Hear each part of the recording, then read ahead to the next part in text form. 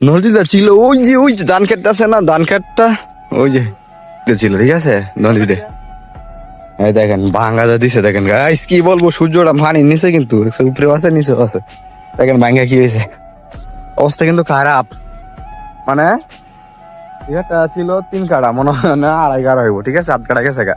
আর আমরা এই যে ক্ষেতটা আছে না, এই ক্ষেতটা ছিল 9 কাড়া, এর মানে 8 কাড়া হইব না, 8 কাড়া হয় কিনা সন্দেহ। এই ক্ষেতটা তো ধরে লাইছে দেখছেন, দেখে গেছি না অনেকদিন পরে অবস্থা কি হয়েছে, শেষ কে শেষ শেষ বেটা রে, আয় সরবো না। 9 কাড়া খেলা ছিল, এখন ভাঙ্গিয়া কি হয়েছে, 9 কাড়া খেত থাকলে কত টুক দূরে দেয় বুঝতে পারতেছেন, অবস্থা খারাপ।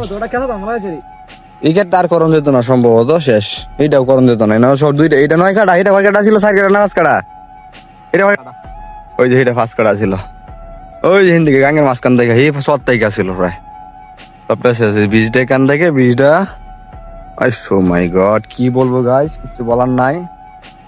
এটা আরেকটা খেলা আছে, একটা দুইটা আলাদা, ঠিক আছে। হ্যাঁ শেষ, বাংলাদেশ আমাদের জমি শেষ, এখন টার্গেট থাকতে হবে ইন্ডিয়া।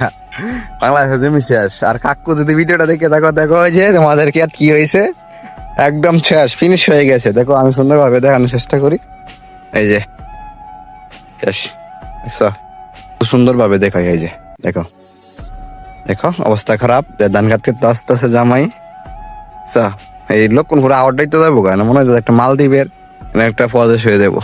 যাই হোক।